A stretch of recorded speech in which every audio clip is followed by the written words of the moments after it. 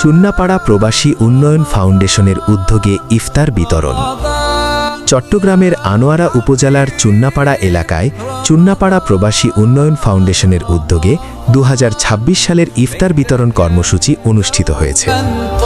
এই মহৎ উদ্যোগ বাস্তবায়নে প্রবাসে অবস্থানরত এলাকার প্রবাসী সহযোদ্ধারা গুরুত্বপূর্ণ ভূমিকা পালন করেন।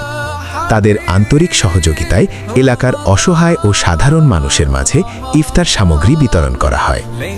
আয়োজকরা জানান, প্রবাসে থাকা ভাইদের সহযোগিতায় প্রতি বছরের মতো এবারও এই মানবিক উদ্যোগ গ্রহণ করা হয়েছে। ভবিষ্যতেও এ ধরনের সামাজিক ও মানবিক কার্যক্রম অব্যাহত থাকবে বলে তারা আশাবাদ ব্যক্ত করেন। আয়োজকরা সকল প্রবাসী সহযোদ্ধাদের প্রতি আন্তরিক ধন্যবাদ ও কৃতজ্ঞতা প্রকাশ করেন এবং মহান আল্লাহর কাছে তাদের দান ও সহযোগিতা কবুল হওয়ার জন্য দোয়া কামনা করেন।